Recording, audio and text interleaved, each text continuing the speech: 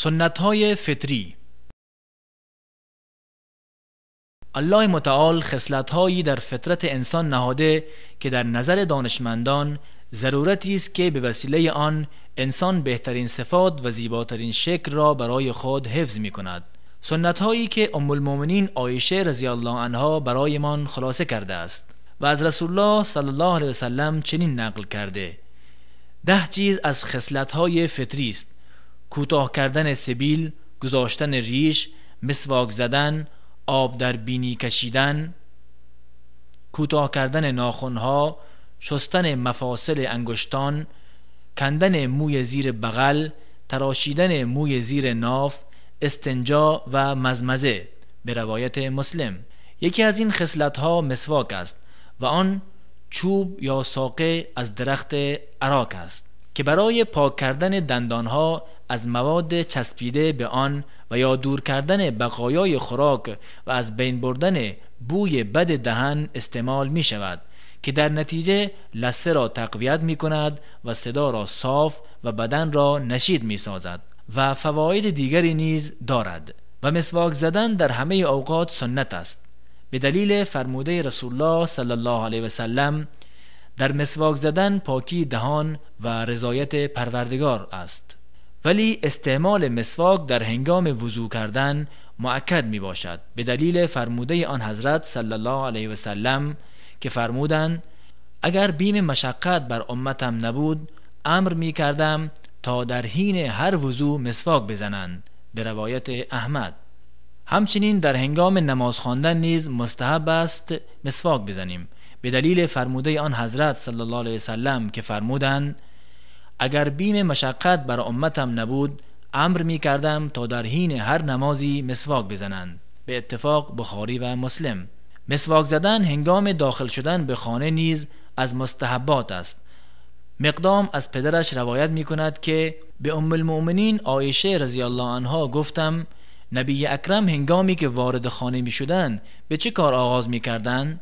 فرمود: به مسواک زدن. به روایت مسلم. همچنین پس از بیداری از خواب نیز مسواک زدن مستحب است. از حذیفه رضی الله عنه روایت شده که فرمود: نبی اکرم صلی الله علیه و سلم شبانگاه که از خواب برمیخواستند دهان خود را مسواک میزدند. به روایت بخاری.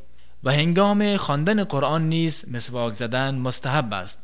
از علی رضی الله عنه روایت شده که به مسواک زدن امر کرد و فرمود: نبی اکرم فرمودند هنگامی که بنده مسواک زده به نماز بایستد فرشتگان در عقب وی می ایستند تا به قرائت او گوش دهند و به وی نزدیک می شوند تا اینکه دهان خود را به دهانش می گذارند و آنچه از قرآن از دهانش خارج می شود در جوف فرشتگان قرار می گیرد. پس دهانتان را برای قرآن پاک کنید. به روایت بزار.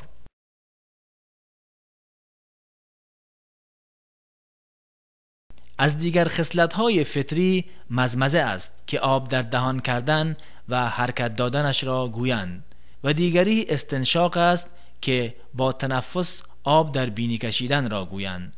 اما سومین خصلت فطری استنجا است که از بین بردن آثار آنچه از شرمگاه‌های پیش و یا پس انسان خارج شده به وسیله آب پاک را گویند. و چهارمین آن کوتاه کردن سبیل است که مراد از آن بسیار کوتاه کردن است، زیرا که در آن زینت، پاکیزگی و مخالفت با کافران است. و از دیگر خصلت‌های فطری ریش گذاشتن است، یعنی ریش را به حالش رها کردن و کوتاه نکردنش، زیرا که تراشیدن ریش حرام بوده و برای گذاشتنش امر شده است. نبی اکرم صلی الله علیه و سلم فرمودند: سبیل‌ها را کوتاه کنید و ریش را بگذارید و با مجوسیان مخالفت کنید. ششمین خصلت فطری استحداد است، یعنی تراشیدن موی اطراف آلت تناسلی. ختنه واجب بر مردان نیز از خصلت‌های فطری است و آن عبارت است از بریدن پوست اضافی که سر آلت تناسلی مرد را می پوشاند. و مانند آن خفاض برای دختران است که به معنای بریدن گوشت اضافی زنان که در بالای موضع ادخال آلت تناسلی مردان می باشد، کاری است مسنون که از شهوت زنان می کاهد. نبی اکرم صلی الله علیه و سلم برای عتیه فرمودند اندکی ببر، به کلی نابودش مکن، زیرا که چهره را درخشش می‌دهد و برای شوهرش لذت بخش است. به روایت حاکم. هشتمین خصلت فطری کوتاه کردن ناخن هاست و نهمینش زائل کردن موی زیر بغل به منظور نظافت و پاکیزگی و از میان بردن بدبویی که با وجود موی پدید می آید. ناخن ها و موی زیر بغل و زیر ناف را نتراشیدن و یا کوتاه نکردن سیبیل ها به مدت بیش از 40 روز کراهیت دارد. از انس بن مالک رضی الله عنه روایت شده که فرمود رسول الله صلی الله علیه و سلم برای ما در گرفتن سیبیل، کوتاه کردن ناخنها، تراشیدن موی زیر ناف و زیر بغل مدتی تعیین کردند، این که نباید از 40 روز بیشتر تجاوز کند. دهمین سنت شستن براجم یعنی مفاصل انگشتان پشت دست و شستن چرکهای گوش و گردن و برخی دیگر از اعضای بدن است.